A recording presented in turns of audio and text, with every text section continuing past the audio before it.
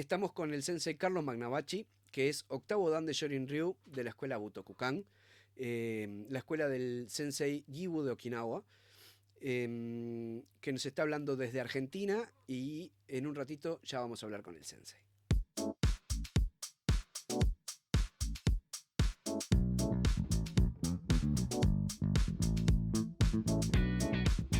Bienvenidos a Karate Café Podcast, el espacio de encuentro para los karatecas de habla hispana. Acá vas a poder escuchar de primera mano noticias, entrevistas, información y todo lo relacionado al mundo del karate, en tu idioma. Te esperamos, eso sí, café de por medio.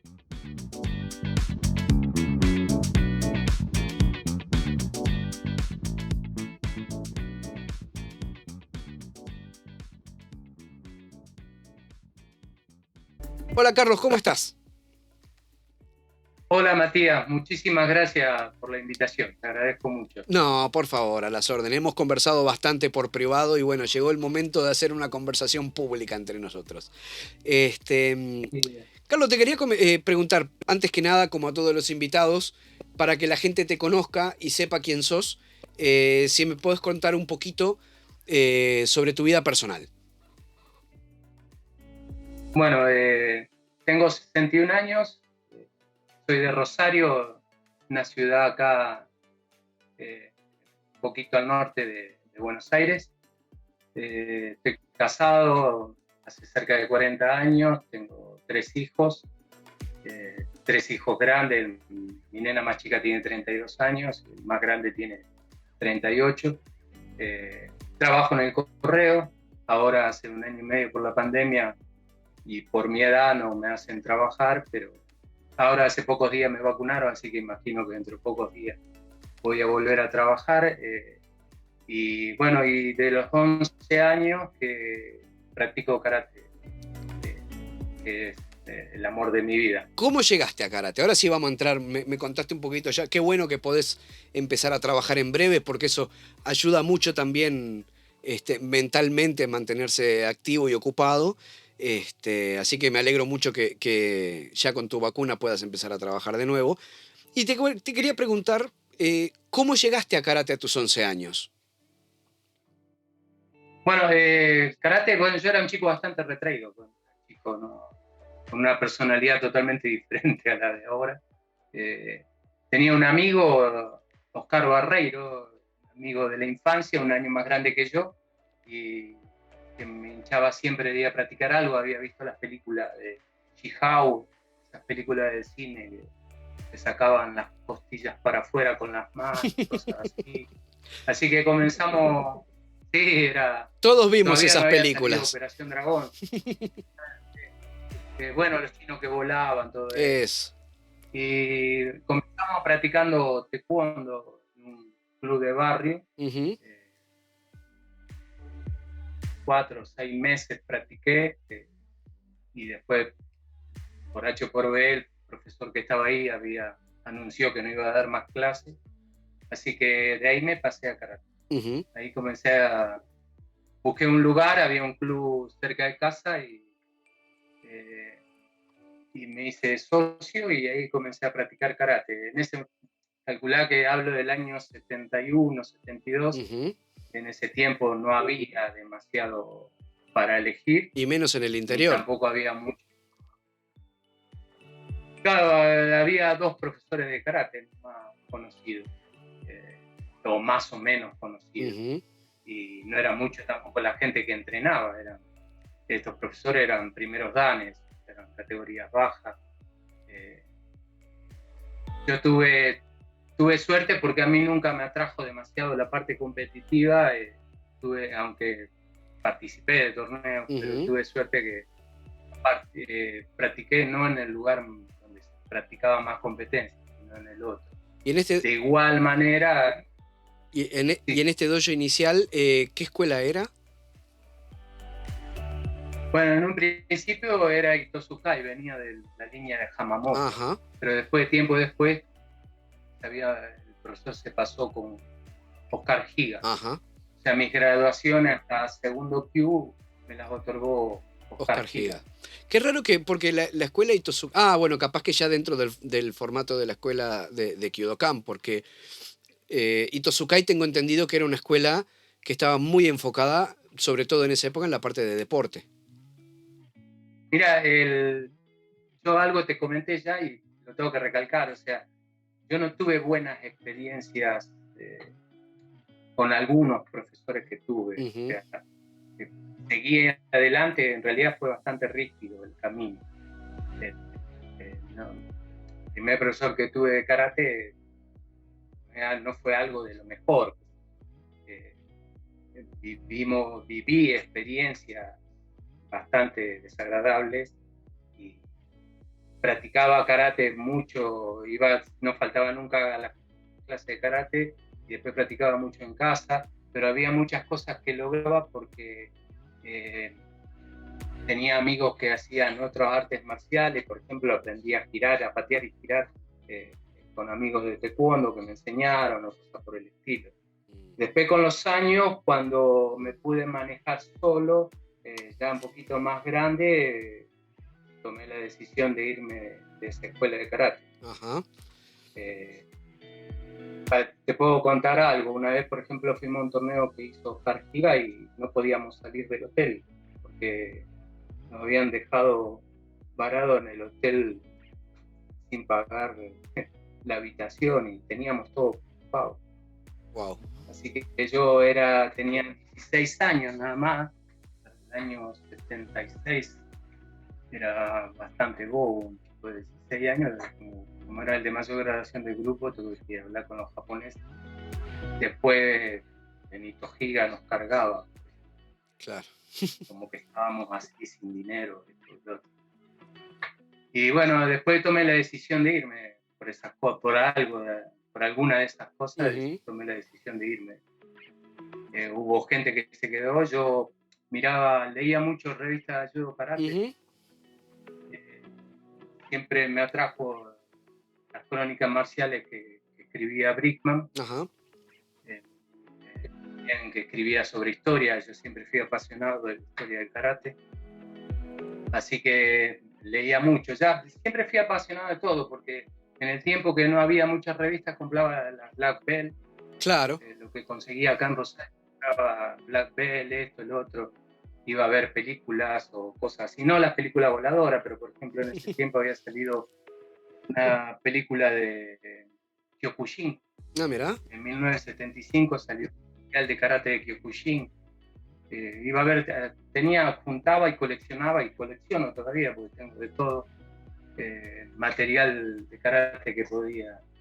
Es que en esa época podía tener estudiar. Esa época que no había internet, que no había YouTube, que no había nada, que el acceso a la información, porque hoy por hoy igual en internet encontrás cosas muy buenas y cosas muy fantasiosas, por decir de alguna forma, para no ser grosero, pero al menos está en uno discernir qué tipo de información consume.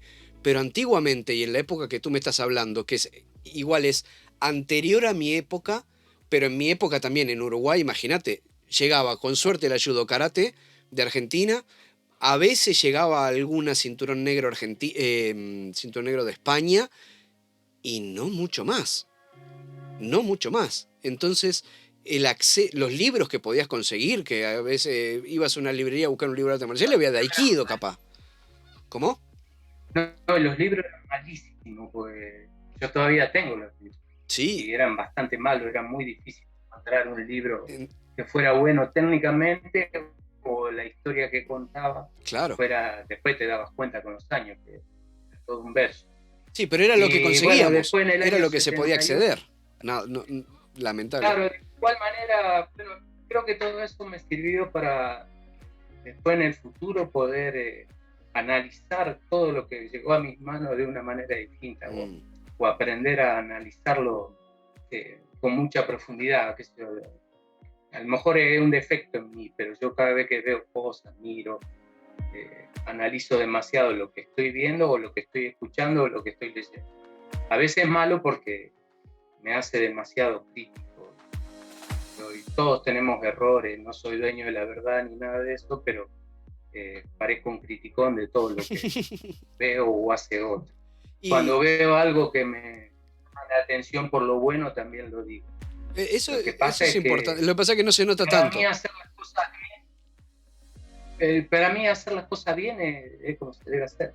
El tema es cuando algo se hace mal, ¿por qué? Claro, Vos te podés equivocar porque venís, te hizo equivocar a alguien, y otra que te equivoques porque estás consciente que te estás equivocando para eh, ganar más dinero o hacer cosas que no se deben comparar. claro. No sé si se entiende el concepto que te doy. Sí, no, por Y bueno, supuesto. y después de esa experiencia, conocí a Jorge Brickman, por carta le escribí, me pidió que fuera a Buenos Aires, fui a Buenos Aires y bueno, conocerlo me deslumbró porque no tenía nada que ver con todo lo que había vivido. Jorge Brickman era superlativo en karate, era extraordinario la facilidad con que hacía karate, y como te comenté hace un tiempo, yo creo que había que ser muy capaz para lograr entender todos los conceptos que él daba en sus clases de karate, más allá de que vos practicaras la técnica. Claro. O sea, vos tirabas 1000, 2000 Suki, bueno, eso, aparte de eso, el concepto técnico que lograbas. Y yo lo que tuve mucha suerte que tuve muchas charlas con él. Y aparte de eso, yo cada vez que vino a Rosario a dar clases, yo lo traía una semana y se quedaba en mi casa. Claro. Entonces eso también ayudaba a hablar más sobre el tema, discutir sobre algunos temas. Sí cometí el error, por ahí fue un poco de endiosarlo, porque como era tan fuera de serie, haciendo karate, para mí, yo era chico, tendría 22 años, 22, 23 años, y la verdad que lo endiosé, pues era algo fabuloso para mí. Yo te comenté, la primera vez que estuve con él, estuvimos hablando en el departamento de él hasta las 7 de la mañana, después de la clase de karate, y wow. se calzó unas guetas de 3 kilos y marcaba Yokogeri como si tuviera una pluma en el pie. Qué sé yo, para mí se rompieron un montón de mitos ahí. Y ahí podía ver la parte física, o sea, con el entrenamiento se podía lograr todo lo que quisiera. Vos sabés que a mí me resulta como muy interesante, ¿no? Que todo el mundo, y me da pena no haberlo podido conocer, porque yo empecé a hacer karate creo que un año antes que él falleciera, una cosa así, y obviamente yo era muy chico, entonces era imposible haberlo conocido. Pero me sorprende que todo el mundo que haya pasado por sus manos hable las maravillas que hablan de la parte técnica, de cómo se manejaba Brinkman en la parte técnica. Y aunque muchos se han abierto por diferentes motivos de su escuela, si hay algo que destacan es el nivel técnico del tipo. Y aparte, hoy día yo veo, porque uno puede evolucionar de maneras diferentes y todo bien, pero creo que no conozco ningún alumno que haya sido alumno de Brinkman que sea malo técnicamente. Eso es una apreciación personal, ¿eh? Ah, está. Bueno, yo no coincido tanto. Ah, ok. En cuanto a los alumnos. Creo que había... Creo que Jorge era excelente, pero había que saber captar el concepto de lo que de lo que enseñaba. Y para mí mucha gente entrenaba y no, a lo mejor Jorge no era tan meticuloso en la parte técnica de algunas personas. Yo tuve compañeros que tenían una gran capacidad. No quiere decir esto que hicieran mal karate, que hacían karate dentro de sus posibilidades, pero a lo mejor necesitaban mucho más aplicación de ciertos ejercicios y cosas para mejorar su karate, algo que yo por lo menos tengo en cuenta con mis alumnos. Qué sé yo, si Si a un alumno le cuesta tal cosa, yo le hago trabajar de tal manera, si le cuesta el trabajo de pierna, bueno, hago trabajar ejercicio de elasticidad, esto, el otro, para que mejore su técnica de pierna. Claro. Jorge no, Jorge en eso no se molestaba. Por eso tenía por ahí alguien muy bueno, que hubo gente muy, muy buena, y gente por ahí que no daba para tanto. Y después, bueno, sí, así como hablo de lo que él era técnicamente, era superlativo Ujú. en lo que hacía él como karate, yo sé que alguna gente puede creer que lo estoy criticando, simplemente estoy diciendo lo que yo viví, Ujú. mi historia. Aparte, acostumbro a no hablar de estas cosas sin tener pruebas, tengo pruebas de todo lo que hablo. Ujú. Eh, Jorge, por ejemplo, en la etapa que yo lo conocí, él ya estaba con Seikise. Ujú. Seikise enseñaba Masumura Saito. Bueno, Jorge no enseñaba Masumura Saito, enseñaba Rinya Kobayashi. La primera vez que yo viajo en el 90, después del fallecimiento de él a Okinawa, el karate de Kise no tenía nada que ver con el karate de Brickman. Y después había un montón de otras cosas, por ejemplo, los certificados que entregaba Jorge no tenían validez en Okinawa. O sea, la firma de Jorge para nosotros era fundamental en un certificado, pero los certificados eran de él, se quedaba con el dinero. La primera vez que yo viajo a Okinawa le muestro mi certificado de quinto dan a Kise y Kise me dice, no money, no money. Como que Jorge no le pasaba el dinero. Claro. El estilo que practicábamos con Jorge era un híbrido, algo que él decidió hacerlo de tal manera. Era un híbrido entre En lo realidad, que yo tuve que aprender. era un híbrido entre lo que es Kobayashi y Matsumura Seito, o era una adaptación propia de algo que él. Sí, pero en Masumura Seito muy poco, porque, por ejemplo, bueno, nosotros hacíamos Nekwasidachi. Uh-huh. En Masumura Seito no es Nekwasidachi. Por ejemplo, había tuité por Q, por Dan, Q por Q, había para hacer tuité, había trabajos establecidos de comité frente a frente para cada Q, para cada Dan. Bueno, todo eso nosotros no hacíamos nada de eso. Y el concepto técnico de cómo hacer el karate Kenshinkan no tiene nada que ver con lo que hacíamos con Jorge, el trabajo de desplazamiento a 45 grados, con bloqueo y ataque simultáneo. Por ejemplo, la primera vez que viajo yo a Okinawa llamaba la atención mi forma de hacer karate. Y yo me preguntaba por qué era así, si acá estuvo Jorge Brick.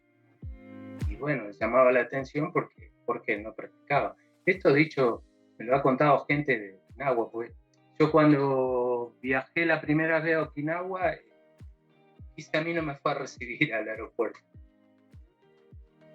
Me encontré solo en Okinawa. La primera cosa rara que me pasó en Okinawa, llegué a las 2:30, 1 de la mañana y estaban cerrando el aeropuerto. O sea, llegó el avión que me llevó a mí a Okinawa Y ya está. Cerraba el aeropuerto. Y a la puerta del aeropuerto y había un hombrecito ahí encargado y le pregunté el poco inglés que hablaba en ese momento y me dijo, hoy yo viví en Buenos Aires, así que no hay problema. Me dijo que no había colectivo. Me dijo que no había colectivo en ese horario en Okinawa y me llamó un taxi y con la dirección que yo tenía de Kise me llevó al dojo de Isao, el hijo de Kise, vivía arriba, así que el taxista con las valijas, el auto en marcha, las valijas arriba del taxi y todo, fuimos hasta el departamento arriba del dojo de Isao. Isao me abrió el dojo y dormí ese día en el dojo de Kise. Después una familia americana me vio durmiendo en el dojo, una familia americana alumna de Kise, y me llevó a vivir a la casa, a la base militar de Cadena. Estuve un mes en Okinawa viviendo con una familia americana. Mira. Y bueno, esa fue mi primera experiencia en Okinawa. Lo de Jorge, hay mucha gente que habla y se da dique hablando con él, de él, hablando de Eh, es más, hay muchos alumnos que después se fueron a otras escuelas y todavía hoy hablan maravillas. Lo único que no entiendo es por qué se fueron a otras escuelas. ¿Por qué no se quedaron con él hasta el último momento? Claro. En vez de eso, prefirieron irse de su escuela. Está bien, algo habrá pasado, algo habrá hecho. En el año 87, bueno, Jorge quería, antes de morir, me había hablado a mí ya para viajar otra vez a Okinawa. Después pasó que lamentablemente falleció. Hasta con su muerte hubo gente que dijo cualquier cosa. Dijo que había muerto por otra cosa fea. Habló mal de él. Y después salían en revistas hablando maravillas de él, mi sensei querido, que esto, que el otro. Y habían hablado que se había muerto por una enfermedad desastrosa que había en ese momento, que ahora es más controlable. Uh-huh. Pero yo estuve el día que hubo saqueos en Argentina, uh-huh, en el año 89, bueno, ese día yo no viví los saqueos en mi ciudad, pues estuve con él, en la habitación de él, hablando con él porque hacíamos un torneo nacional acá. Dejé dinero porque le hacían una punción de hígado por el cáncer que tenía. Y cuando volví, llegué a mi casa y me dicen, Jorge falleció. Así que volví el otro día. Vuelta para atrás. Fui al sepelio. Bueno, Jorge había dejado una lista de gente, que es esta que te digo que habla maravillas de él, que no podía estar en el sepelio. O sea que Jorge no quería, sabía que se moría y no quería que estuviera, porque le habían hecho pasar un mal momento, algo por el estilo. Por eso te digo, su capacidad para karate era inmensa. Yo calculo que todavía no he visto nadie con una capacidad igual como la de él para hacer karate. Tenía fallas por otro lado. A veces el dinero, o la búsqueda de dinero, podía más que hasta estafarte, porque yo pienso que si un sensei no te da los certificados que realmente te corresponden por tu categoría, tu sensei te estafa. Esto pasa actualmente. Pasa que te cobran en dólares y tu certificado te lo da él. Te lo da él porque se está morfando tu dinero y te está dando un certificado de él. Que en Okinawa o Japón no tiene ninguna validez. Todos mis alumnos, desde que el primer día que viajé a Okinawa, todos reciben certificado de Okinawa. Yo tomo la decisión por mi categoría de que tal alumno puede ser el primero, segundo, tercer dan. Pero los certificados vienen de Okinawa y quedan registrados en mi escuela en Okinawa.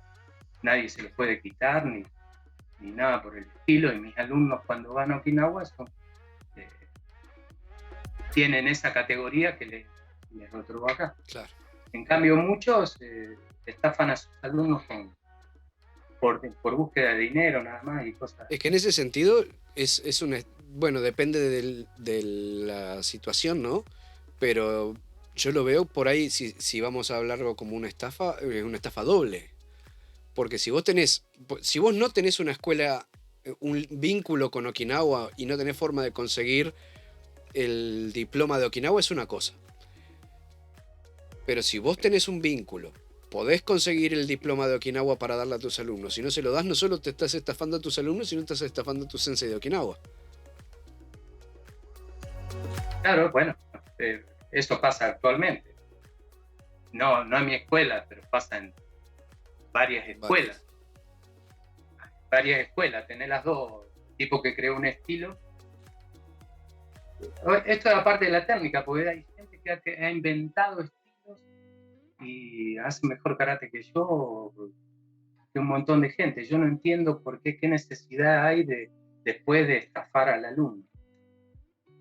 Y después tenés la otra también, tenés los alumnos que saben que son estafados y no les interesa. Lo que pasa es que después pasa algo raro, o muere el sensei y se dan la cabeza contra la pared, porque la categoría que tienen no se la reconoce nadie. Claro. Ha pasado acá en la Argentina, hay gente que ha ido a una organización. Mira, yo estuve en un seminario de un maestro que vino de Okinawa, Voy. Y en el seminario, en el vestuario, había alguien que era antes fue miembro de la escuela que me invitó, pidiéndole al actual titular de la escuela reingresar a esa escuela. Este muchacho le dice, no hay problema, pero tenés que volver con la categoría que tenías, no con la que te dieron en tal lugar, trucho. ¿Qué pasó? El tipo no ingresó, no volvió a la escuela. Es más, ahora tiene 2 categorías más de esa escuela. Es que, porque el único interés está en tener graduación. Eso es lo que yo no entiendo, porque hay mucha gente que prefiere la graduación antes que la seriedad. Y yo considero, ¿no? Si, por ejemplo, yo voy a una escuela mañana, ¿no? Y digo, quiero entrar a tu escuela.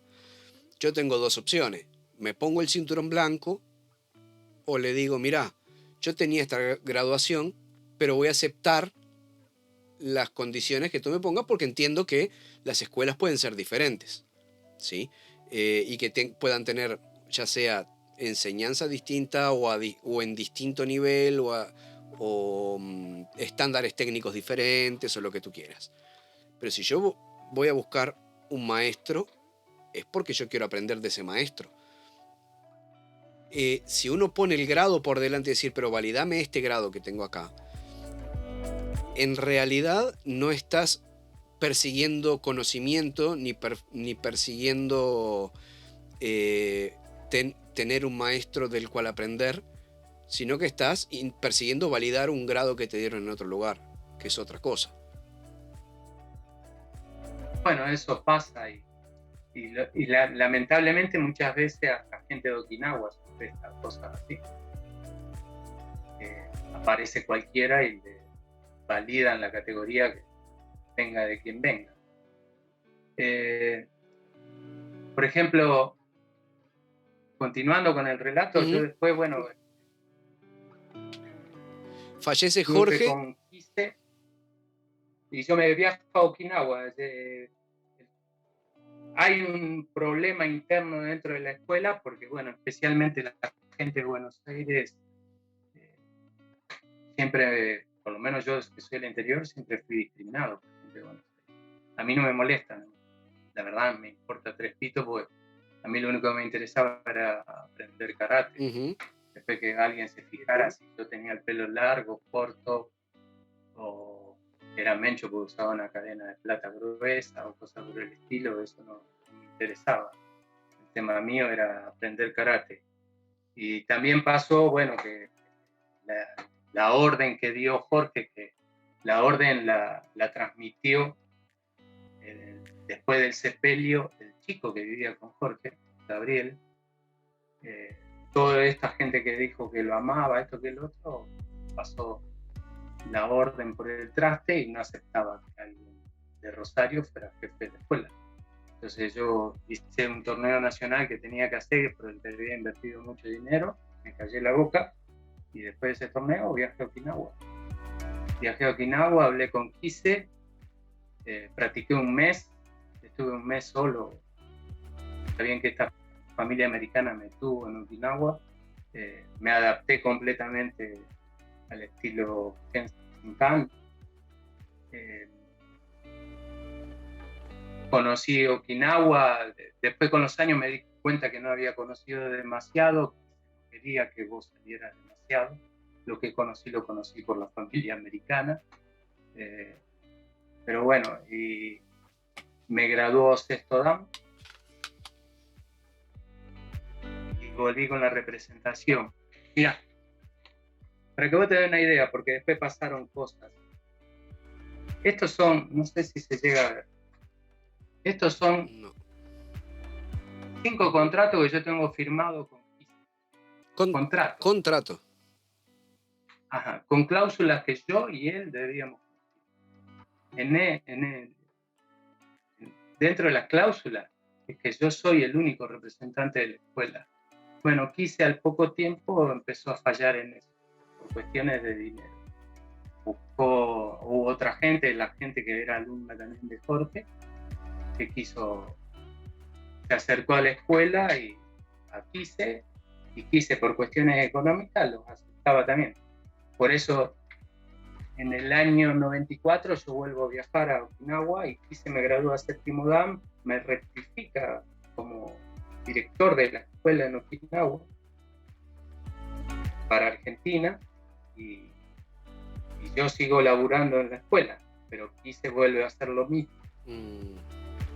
Es más, te digo, en el año 94, no, miento, en el año 94 viajo acompañado de un alumno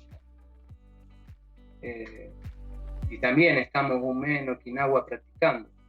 En el año 94 también una familia americana me lleva a vivir a su casa, a mí y a mi alumno.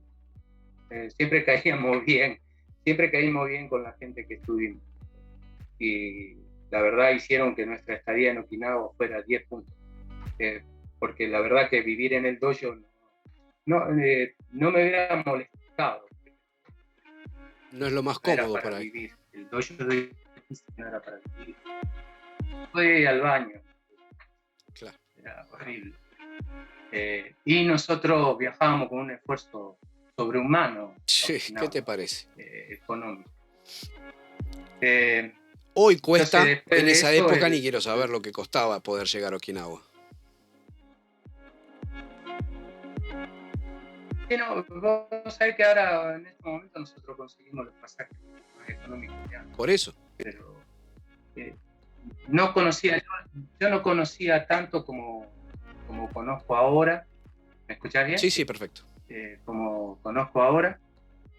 Y ahora me muevo mucho mejor en todo sentido, en la parte de organizar el viaje y hasta de estar allá en Okinawa. Claro. Pero Kise no te ofrecía, por ejemplo, te ofrecía el dojo porque vos se lo pedías. Tuve la suerte que otra gente me llevó a vivir con ellos y la verdad que la pasamos muy bien. Pero lo importante siempre era practicar y aprender karate. Yo viajaba a entrenar y a mí me gustaba lo que hacía con Kise. A mí me gustaba mucho lo que hacía con Kise, porque cuando llegué Kise me propuso karate tradicional o sport. Y yo opté por karate tradicional. Y nunca había hecho ese karate. Para mí Kise sabía. Era una pena que, cosa que después te enterás, que Kise no fuera tan comercial. Tan comercial que te vuelvo a decir, le dio representación a la otra gente también, faltando a su palabra, al contrato. Tenía 2 alumnos abogados, me propusieron hacerle, podríamos haberle iniciado juicio, pues yo tengo los comprobantes de haber cumplido económicamente durante los años que estuve en su escuela. Y yo deseché esa, pues no me interesaba. Me interesaba más conseguir otro maestro. Y sí. Así que seguí con él hasta el 95, que me fui hice contacto, una persona me hizo contacto con Sekichi Uehara, de Motobu Ryu. Sekichi Uehara me había enviado unos videos y unos libros, practicaban Nai Hanchi y todo eso. Yo no conocía bien, no había internet, nada de eso. Así que yo otra vez viajé con un alumno, viajamos a Okinawa y una persona divina, algo fuera de serie lo que era Sekichi Uehara. Muy viejito, que tenía 92 años. Mirá. Sus alumnos lo adoraban, era un dios entre ellos. ¿Ese es Motobu Udunti? Udunti, sí. Motobu Udunti. Lo único, bueno, nosotros estuvimos una semana. Uehara nos había conseguido un hotel en Okinawa City. Y nosotros a la semana que estuvimos con él, yo tomé la decisión de decirle que no podía continuar porque no me agradaba lo que hacía. El karate de Uehara, Motobu Ryu, por ejemplo, la parte de Tuité es especialista. Creo que es más, Kise o varios maestros que hacen Tuité habían aprendido con él. Mirá.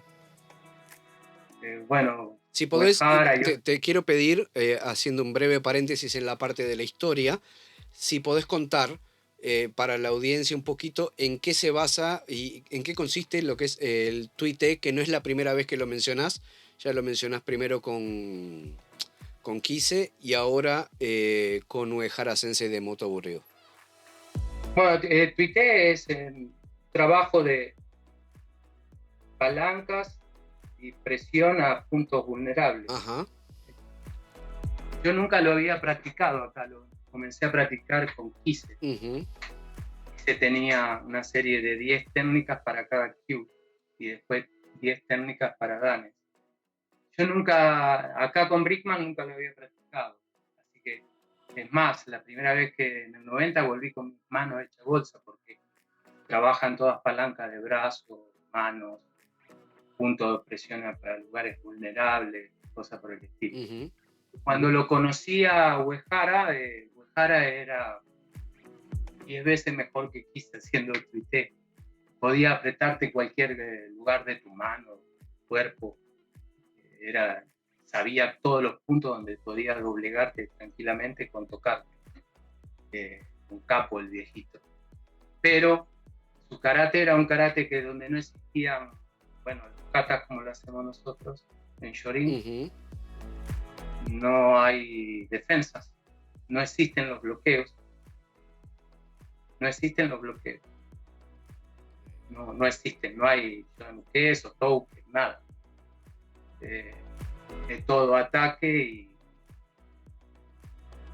está muy entrelazado con el tema de la danza en Okinawa. Eso es lo que yo vi mucho como kata y con cosas como no sé, la posición de la mano tiene que ver cómo agarrás para hacer las palancas o cómo entras en un lugar para colocar el dedo para que haga presión en algún lugar. Bueno, a mí no me gustó lo que hacía el tema técnico. El estilo no me gustó, así que a la semana... O sea, el viejito como persona, ok, Tuité, ok, el resto no te convenció. No, es más, tuve oportunidad de presenciar un kumite de Tuité de 2 alumnos de él, Ishikawa, Shibana se llamaba el otro, y es algo, se castigan mal, pero mal, tienen que ver eso, todo haciendo Tuité, salían todos rajuñados, el otro, bueno. Pero ese no hubiera sido el problema. Bueno, me tocó decirle que no me gustaba lo que hacía. Fue algo no muy agradable, pues, decirle a un maestro que no te gusta lo que... Claro. El largó a llorar, Uehara lloró. Y los alumnos querían... Te querían matar. Sí, no hubiera pasado nada, pero Uehara frenó todo. Te digo la verdad, se enojaban. Se sentían molestos porque no me gustaba el Moto Aburrido. Y después bueno, entonces, es más, Uehara quiso ubicarme con algún maestro de Shorin. Mira. Y yo ya me parecía excesivo y le dije que no. Claro. Así que quedamos con mi alumno en bola, en Okinawa City. ¿Y? No, entonces, ¿qué vamos a hacer? Entonces el primer día salimos a caminar, ya habíamos visto un dojo cerca, y una tarde, al otro día que pasó eso con Uehara, digo, vamos a caminar a ver qué hacemos. Nos paramos a ver la clase en el dojo, y el dojo era la filial de Hisashi Sumi, un alumno de Sensei Gibu, que se acercó, nos preguntó qué precisábamos, le dijimos que éramos de Argentina, en inglés, lo poco que hablo de inglés, nos invitó a comer esta noche, ya ahí nos regaló un montón de cosas, videos, esto, el otro, nos preguntó si queríamos practicar y conocer el estilo de él. Ahí mismo lo llamó a Sensei Gibu. Así que al otro día, a la mañana, yo estuve con él entrenando todos los katas, porque ya esa mañana pasé todos los katas de Kenshin-kan a Kobayashi, de línea Kobayashi, Sensei Gibu. A la tarde vino gente del dojo central, Tamaki, Daigo, Sunakawa, Momoko Tamaki es el vicedirector de la escuela. Ujú. Practiqué con ellos, yo ya hacía los kata con ellos, los kata de Kobayashi, había cambiado ya los kata. Y al otro día tuve un almuerzo con Sensei Gibu Para los en que, un restaurante. para los que no conocen, o sea, Sensei Carlos está hablando de Kobayashi. Kobayashi siempre hace referencia a la escuela como de Chibana Sensei. O sea, es el Shorin Ryu de Itosu Chibana, digamos, ¿no? Porque hay otra línea de Shorin Ryu por el lado de Sensei Kian. Entonces, para que la gente se ubique un poco, el Shorin Ryu Butokukan de Sensei Gibu proviene de la línea Itosu Chibana. ¿Gibu fue alumno de Chibana directamente? No, practicó con él creo un par de veces, pero era alumno de Shugoro Nakasaki. Ah, ok. Rinkan. Shorinkan. Bueno, y hablamos con Sensei Gibu, le mostré los certificados, yo era séptimo dan ya de Kise, Ujú. le mostré, me dijo que no sabía si me iba a dar esa categoría, que me iba a reconocer la categoría, le dije que no había problema. Y a la tarde fuimos a entrenar a la primera clase con Sensei Gibu, así que después, bueno, nos gustó la clase de karate que hacía, como era Sensei Gibu, era un señor, un maestro con todas las letras. Eso es lo que te iba a preguntar. ¿Qué te llamó la atención de Sensei Gibu? Bueno, técnicamente muy potente, Ajá. mucho ajuste, muy técnico. Y después el dinero, por ejemplo, es algo secundario. Para Sensei Gibu era algo completamente secundario, no le importaba el dinero, ni nada por el estilo. A mí me revalidó, al final de esa estadía, me revalidó la categoría de séptimo dan y jamás me pidió un dinero por eso. Y yo pasé a ser su representante. Nos quedamos practicando 15 días más con él, aprendimos todo lo que pudimos y después volvimos a viajar, eso fue en el año 96, y volvimos a viajar en el 99.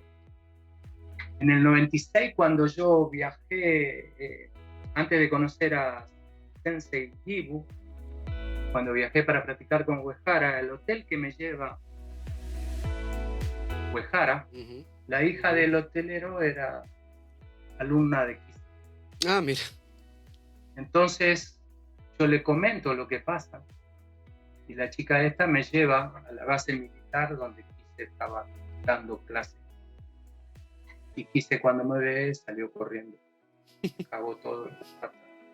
Pero yo no iba nada raro, iba a hablar con él, porque iba a preguntar por qué era de esa manera tan comercial y todo esto y lo otro. Y bueno, creo que hasta la chica quedó sorprendida porque de la actitud de Kise, que no era capaz de enfrentarme o hablarme o decirme algo. Claro. Es que yo encuentro que hoy por hoy se sigue dando en ese sentido. O sea, si bien al principio yo creo que tuviste mala suerte y eran menos que los sensei por ahí, no sé si decirle comerciales, pero digo que están más preocupados por el dinero que por la transmisión. Hoy todavía existen como los dos grupos de sensei. El sensei que está preocupado por facturar y el sensei que trata de priorizar lo que es una enseñanza correcta. Así como tú me describiste a Sensei Gibu, la mayoría de los sensei que yo conozco de Okinawa son así. Son despreocupados, o sea, el dinero es algo totalmente secundario. Se preocupan por vos, se preocupan por cómo estás, se preocupan porque cada vez que vas te vuelvas con, aunque no te entre en la cabeza, te vuelvas con la mayor cantidad de información posible porque saben que venís desde muy lejos y tratan de que aproveches lo más que puedas. También existen, por supuesto, los sensei que están más preocupados de una parte comercial y poder facturar y expedir diplomas. También los hay en Okinawa. No vamos a decir una cosa por otra. Pero mi experiencia personal, y que conozco varios, como te comenté en charlas previas que hemos tenido, la gran mayoría son con ese perfil, como el perfil de Sensei Gibu. Sí, sin lugar a duda creo que sí. El tema, muchas veces que hemos viajado de acá, que no hemos cumplido como había que cumplir. Sé de varios casos de gente, el caso de Santucho. Santucho en Posimabucuro no lo quería aceptar porque tuvo una Mala experiencia. experiencia previa, claro. Entonces, por ahí nos meten a todos en la misma bolsa y yo creo que no somos todos iguales. Lo más gracioso de todo esto que ahora pasó acá en la Argentina, por ejemplo, cuando yo me voy de la escuela de Quise, hay gente que creyó que a mí me había ganado una batalla acá en la Argentina, que daban ellos. Y hoy con los años, el único que representa una escuela de Okinawa con otro maestro soy yo. Esta gente no tiene maestro, no tiene escuela. Se pueden llamar escuela pirulín, que no existe en Okinawa, no existe. Por lo menos es lo que yo creo de las escuelas que no tienen un maestro en Okinawa o Japón. Claro. Que si se pueden graduar por una federación. La federación no es tu maestro. No.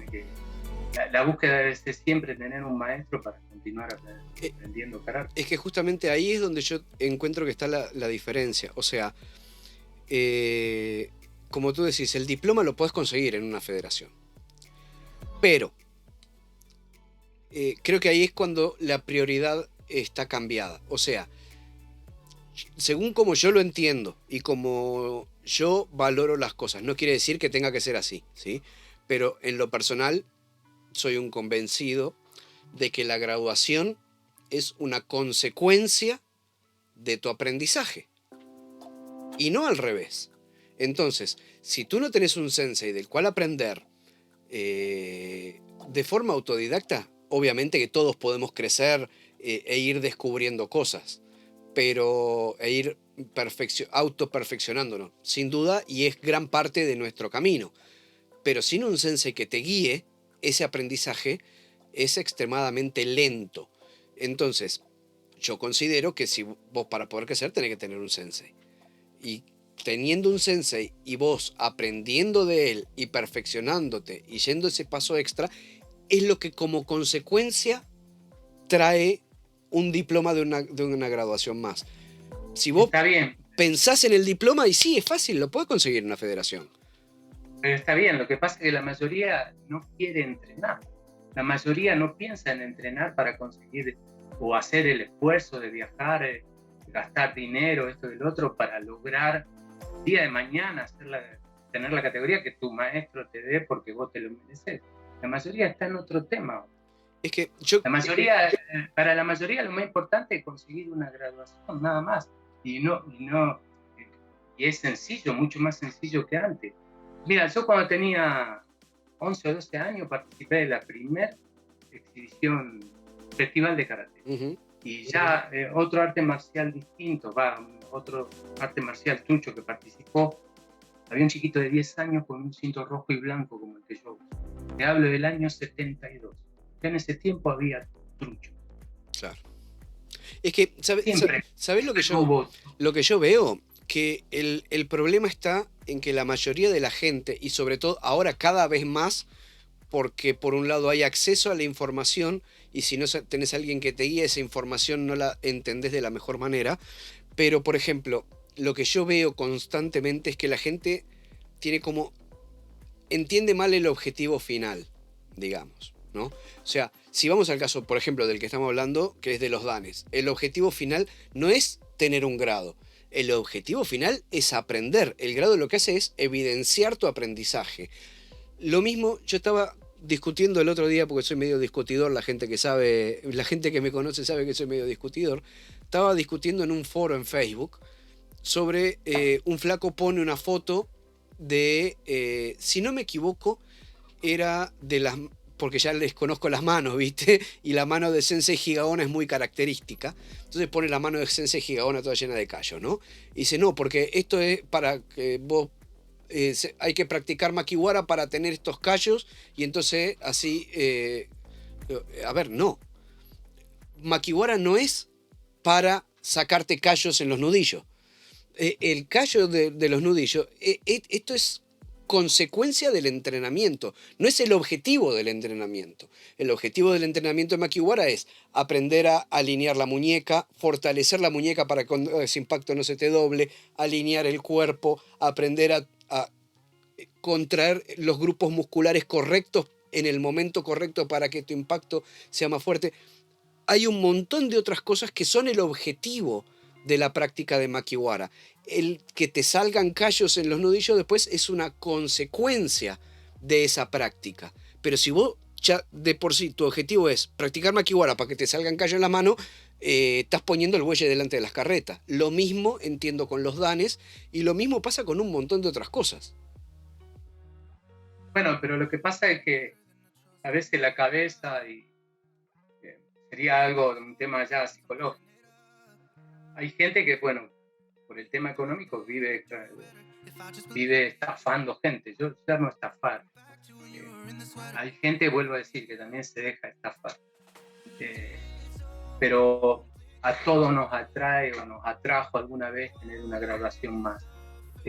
Son los procesos de karate que van pasando, que vos así como vas mejorando tu cabeza va cambiando y así vas entendiendo, aunque al principio querés ser segundo o tercer dan, después con el tiempo ya te deja interesar eso y lo único que te interesa es el conocimiento que vos puedas lograr de cada cosa que ves o haces o lees. Es que son los procesos de maduración internos de cada uno, ¿no? El tema es que hay gente que no los pasa nunca. No, Entonces, es que por eso, hay gente que son adolescentes en karate de forma eterna, digamos.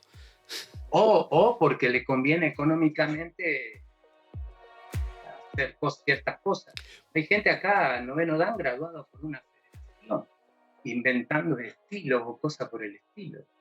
¿Entendés? Hace 1000 años que no tienen maestro, es una pena, porque es gente capaz, yo las conozco y es gente capaz, escriben libros, hacen videos, hacen esto, lo otro, pero todo lo que hacen es cuestión de ellos, son truchos.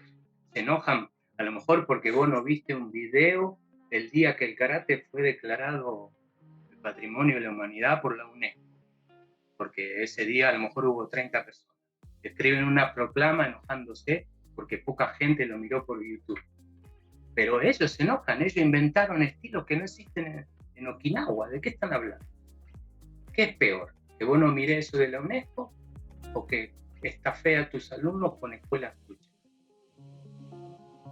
Es que es como todo. ¿Vos sabés que es la hipocresía que se vive en karate? Se habla del Bushido, se habla del Budo, se habla del Dojo-kun y después todo te lo pasa por el traste. Cuando vos le mentiste a tus alumnos o lo estafaste económicamente, le diste un papel que no tiene valor por dólares, ¿entendés? Claro. El Dojo-kun, el Bushido y todo lo demás dejó de existir. Yo no soy perfecto ni un ejemplo de nadie. Es que mirá, pero esas cosas por lo menos no las hago. Ahí hay dos lecturas interesantes para hacer. Una, porque vos estás, yo creo que hay dos problemas graves ahí. Uno, que lo estás dándole de frente. O sea, yo no tengo problema con que la gente viva del karate mientras lo hagan de forma correcta. Tampoco. ¿Sí? O sea, si vos no estás cagando a tus alumnos, ya sea con grados inflados o con grados truchos, lo que sea, si vos estás haciendo las cosas como se deben hacer, yo no tengo problema que nadie viva de karate. A ver, aclaremos eso para empezar. Pero, como decís tú, hay muchos que por vivir de karate, y yo entiendo también la necesidad de la gente, pero lo he visto. Hay que pagar el alquiler del club y del gimnasio no tengo plata. Vos, examen. Lo he visto, ¿me entendés? O sea, no, eso está mal. Pero también lo que veo, que es otro problema grave que hay a nivel madurez, que era lo que estábamos hablando recién, y a nivel, no sé si decirle de forma social, en lo que tiene que ver con karate, es que hay mucha gente que tristemente le ha ido mal en la vida en otros órdenes. Por ejemplo, no sé, tiene un laburo de mierda que no les gusta y ganan 2 mangos. O lo echaron de todos los laburos que han ido, lo han echado porque no sirve ni para perro. O han fracasado familiarmente. Que no es, a ver, todos podemos fracasar en un laburo, podemos fracasar familiarmente, pero hay gente que le ha salido mal todo, será por su personalidad, será porque ha tenido mala suerte, será por lo que sea, y no tienen autorrespeto, ¿me entendés? Entonces, ojo, esto es una apreciación mía, porque yo a veces me pongo a pensar y a hacer Habla tranquilo. hacer mis reflexiones sobre el tema. Y entonces esta gente que no se siente realizada como persona en otros órdenes de la vida, intenta sentirse realizada como persona a través de karate. Ser alguien a través de karate. Tener una representación, y si no logro la representación, me invento mi escuela para ser alguien, aunque sea ser el jefe de mi dojito y que nadie me lo pueda... ¿me entendés? Eso sucede. Es que todo eso lo puede hacer bien. Claro, pero hay gente que no le da la capacidad. No te va a quedar el mismo dinero, no vas a ganar la misma equipo. Pero lo podés hacer bien. Pero lo podés hacer bien, pero ¿sabés qué pasa? Primero, hacerlo bien lleva tiempo, lleva esfuerzo. No. Muchas veces la mayoría de esta gente no tiene... karate quiere decir que no aprendiste nunca karate. No, exacto. Muchas veces esta gente no tiene la capacidad para hacer las cosas como se deben hacer. Porque hay una realidad. No somos todo iluminados. Hay algunos que son muy buenos haciendo karate y hay algunos que son bastante malos. Y no tienen forma de realmente crecer o brillar con luz propia. Porque no tienen capacidad. ¿Me entendés? Entonces... Para mí, mira lo que te voy a decir. Una pavada. Publicando unos videos.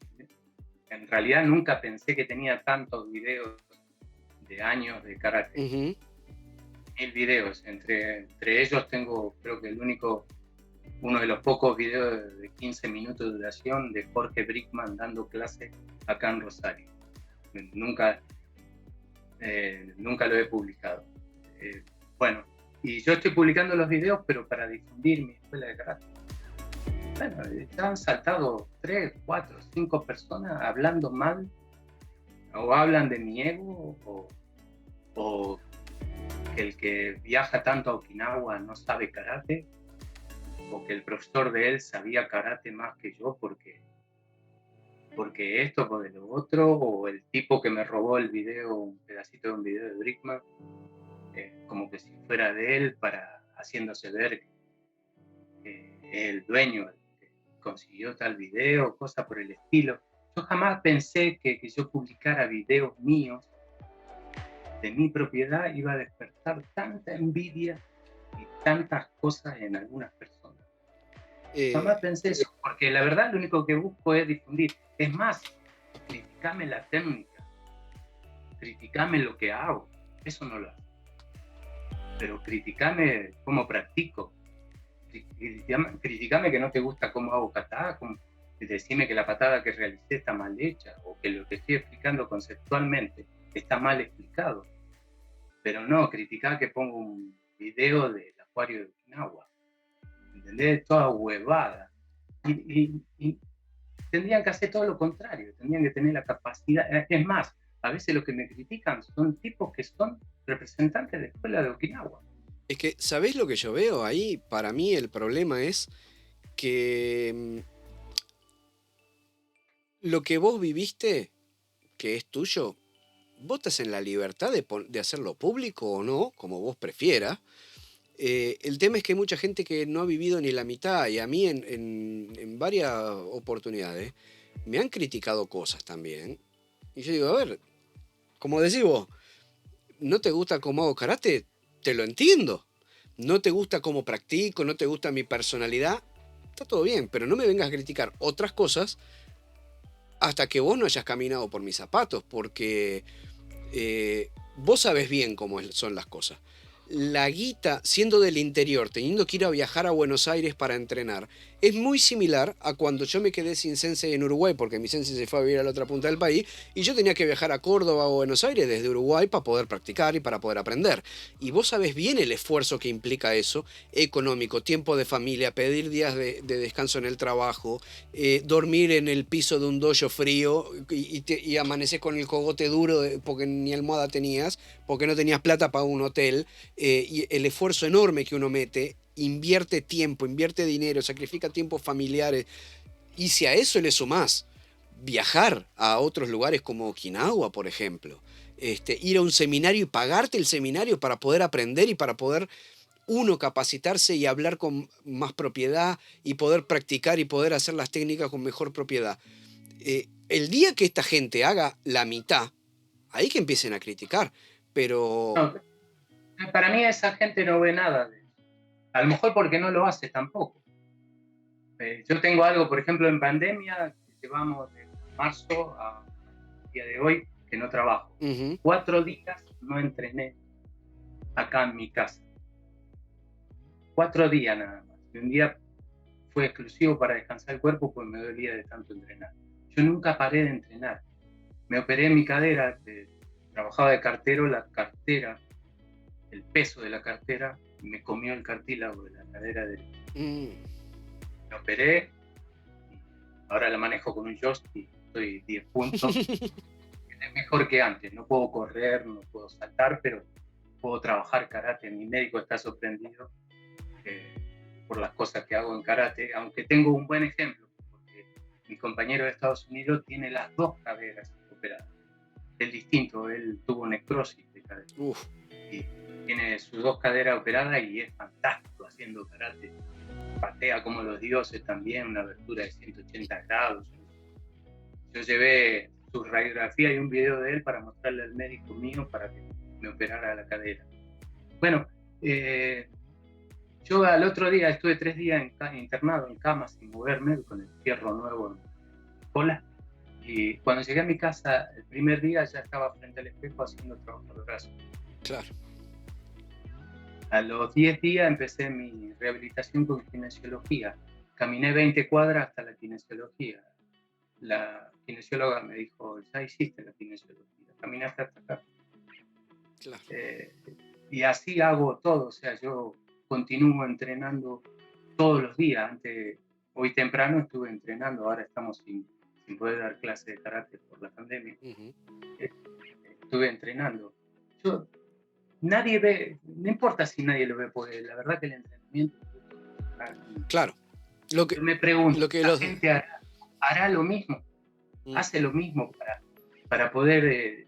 Porque lo mío es un disfrute, o sea, yo disfruto de entrenar. Es que eso justamente es lo que yo veo, que hoy por hoy, en la gran mayoría de las escuelas, está faltando mucho autoridad moral. ¿Me explico? O sea, hay veces que por ahí se les dio todo digerido y piensan que la cosa es así, y después hacen su propio camino y siguen pensando que la cosa es así. Y hay ciertas cosas que hay que tener en cuenta, desde el entrenamiento hasta tener un sensei, hasta no cagar a tus alumnos. Hay un montón de cosas en el medio que se les escapa a muchas personas. Sí, por eso te decía, hoy cuando charlábamos, te decía, para mí felicitar a alguien porque hace las cosas bien no está del todo bien, porque uno tiene que hacer las cosas bien. Claro. Está bien, por ahí un mimo todo el mundo merece. Claro, pero, mira, me haces acordar